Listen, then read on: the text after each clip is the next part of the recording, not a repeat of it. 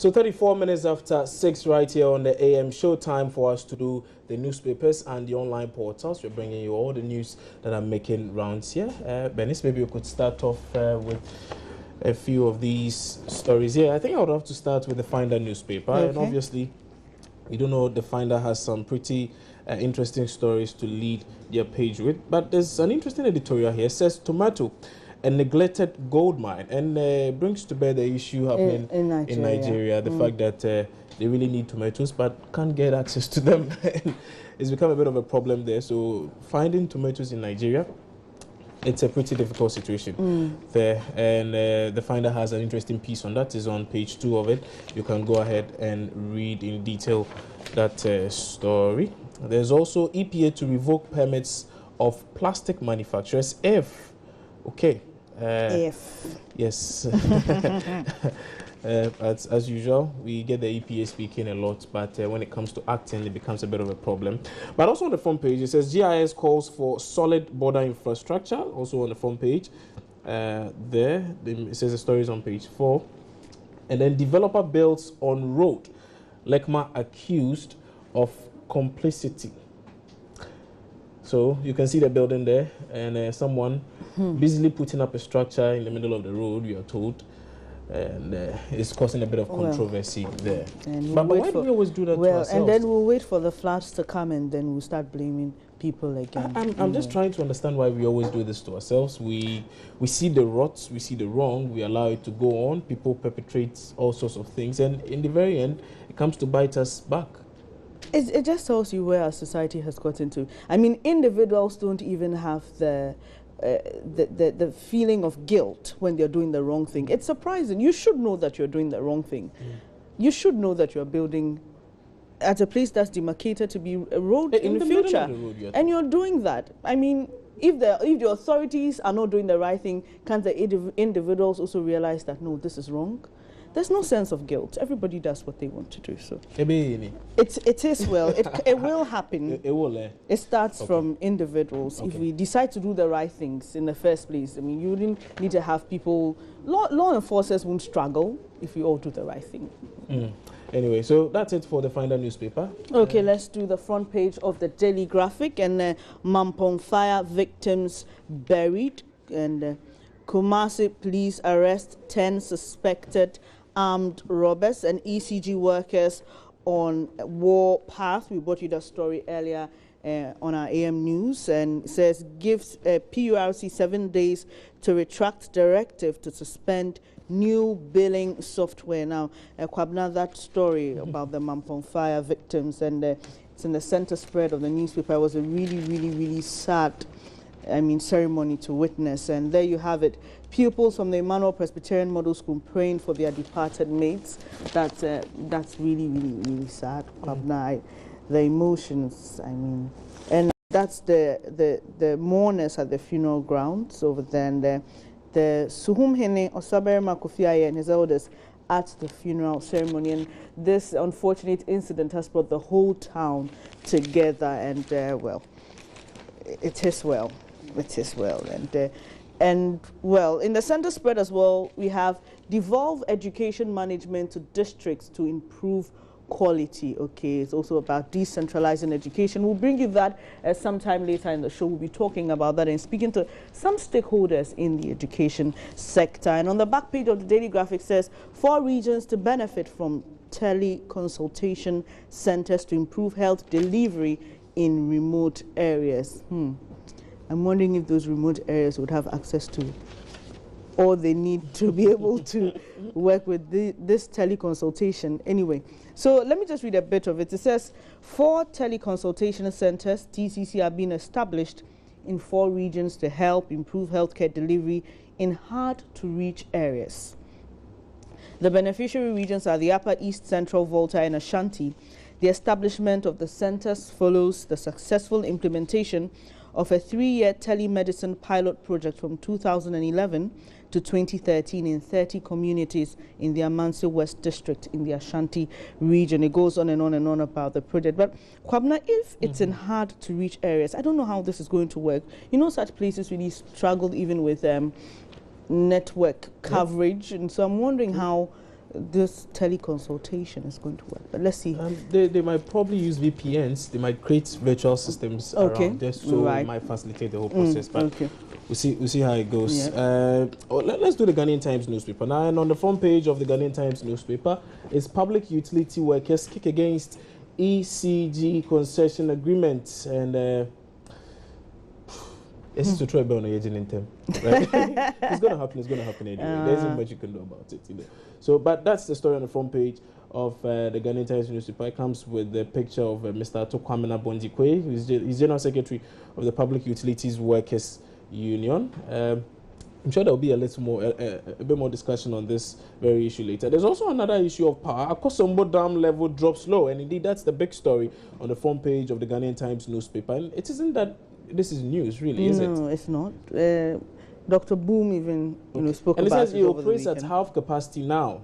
The Akosombo Dam, and I'm particularly interested in this. I'm going to bring you a bit of this, but woman mastermind of armed robbery grabbed, and that's in the Ashanti region. Let me bring you that story, and indeed it's quite interesting because when you go to page 3 of the Ghanaian Times newspaper, it has 3 armed robbery stories, really. And a female armed robbery mastermind arrested. That's the first one. Police charged 3 students for armed robbery. That's the second one. And 4 suspected criminals, including woman in police grips. So let me bring you a bit of the female armed robbery mastermind, who we are told has been arrested. It says the police in the Ashanti region have arrested a 28-year-old woman for allegedly masterminding a robbery that led to the death of a police officer, Corporal Frank at the Open Space Hotel at Denchemosu, Kumasi last month. The woman, identified as Sabina Sewa, is believed to have contracted the 2 robbers who carried out the robbery at the hotel. So what men can do and do better. Proper mastermind. You know? She's the one calling the shots. Yes, she is. She bad. actually assembled the crew and told them, you know what, do it this way. I think you should do it this way. Okay, meet the person here, do this. She set the plot, set everything, and executed the plan accordingly. Yesterday, there was a story on BBC that you reviewed that had to do with the Kenyan protests. They went ahead. They did, and apparently it turned deadly. So the story here says at least 1 protester has died and 5 have been injured after Kenyan police opened fire to disperse crowds in the western city of Kisumu. A local reporter told the BBC. The police have not commented, but the opposition has been holding demonstrations on Mondays over the makeup of the Electoral Commission, which it says is biased. Okay, so that's that story also there. And in the middle, in the center spread, obviously, is the issue of Akosombo Dam water levels dropping, and then the public utility workers kicking against ECG concession agreement. If you want more, grab a copy of the Ghanaian Times newspaper. Okay, so let's move to the Business and Financial Times. Electricity gobbles up SMEs' profit, and $1.5 billion Tema Port expansion project, 2/3 of project cost waived as tax. And Bank of Ghana touts positive IMF impact. If you're interested in business, you can just grab a copy of the Business and Financial Times. On the back page, it says Diageo and UNITA signed strategic partnership agreement on road safety, and NIB operating income up by 51.86%, and that's for the Business and Financial Times, today's edition. But there's something that I'm interested in here, and it talks about the Black Stars. The Black Stars says why the Black Stars cannot eat their cake and have it. Well, I've read a bit of it. It's quite an interesting article. You'd want to read it too, about the whole fuss about Dede Ayew saying Ghanaians are no longer interested, and he's hurt by the fact that he's sitting in France and watching a Hearts of Oak and Asante Kotoko match, and the stadium is full to capacity, and the Black Stars are playing, and there's virtually no one there. But who do you blame? Who do you blame? And that's why the article says you can't eat your cake and have it. Some people even think the players have been pampered too much. It got to a point they were being quite insolent, retorting, in fact, even getting physical sometimes. Yes.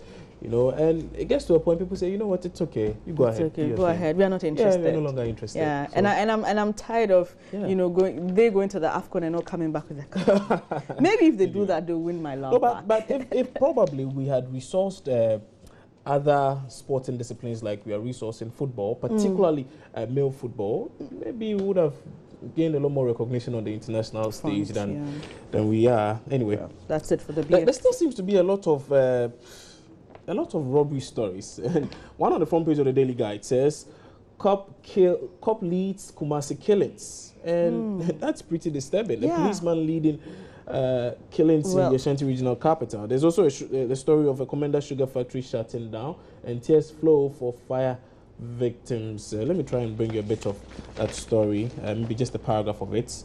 Cop leads Kumasi killings, and it says a dismissed policeman has been declared wanted in connection with the recent killings of some innocent people in Kumasi in the wake of robbery operations that hit some selected homes in the city. Lance Corporal Mutala Musa, who was reportedly sacked for wrong behavior, is among 21 people, including ex-convicts, known hardened armed robbers and arms suppliers who are on the wanted list of the Ashanti Regional Police Command. And you can see two pictures there actually, but one is that of Sulemana Safiano, aka Keshi, and Kwame Anafo, aka Indomie.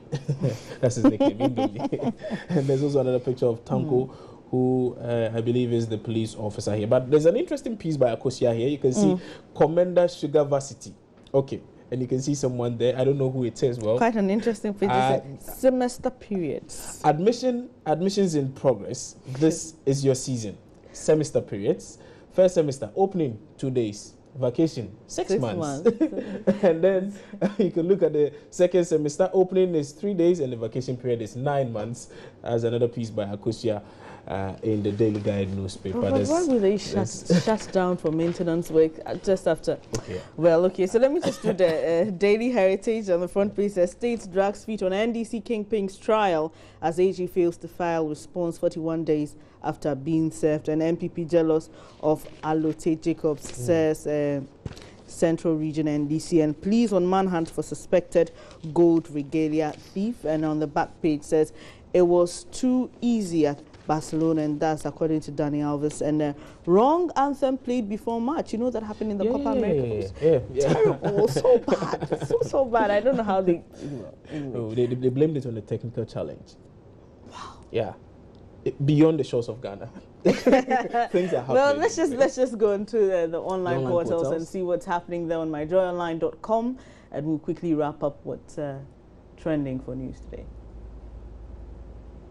Well, so what millennials really want and how to give it to them. Okay, so let's see what's next then.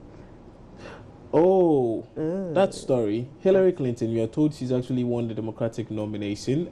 Technically, she hasn't, but a prediction by AP suggests she has. She has, yes. So we'll see how that pans out, because we do know that Bernie Sanders is also still on her tail and suggesting that, well, the race is still not over. He's still in the race. Yeah. So we'll see how that pans out. He's got some big faith, hasn't Indeed. he? Well, that's Joe Latte turns 89 today. Recalls iconic interview with Muhammad Ali. Okay. Interesting. That would be great to read. Okay. 89. Wow. And he's still strong. Anyway, Ashanti, please declare 19 robbers wanted. And a lot of robbery stories today in the newspapers as well. Turkish president. Well, police arrest 15 suspects over fake driver's license. Okay. Turkish president says childless women are deficient and incomplete. Ooh, that is... Okay. Okay, no comment. Yeah. If I decide to talk. Parliament must resist pressures to pass plant breeders law. That's from the PFAG, and we can do the last one. Okay, let me do the last one. Dating more men is capacity building. That's according to Councillor Lutrot. Dating more men is capacity building. Interesting. Well, okay, so let me take a few of your comments here. No, come now. Capacity building. Yeah, capacity building. All right, so well, it's time for sports now. We'll take a quick break. When we come back, as I will bring in sports, and when I come back, I'll take your comments. And I'll try and take her response on the capacity building issue as well. We'll be back.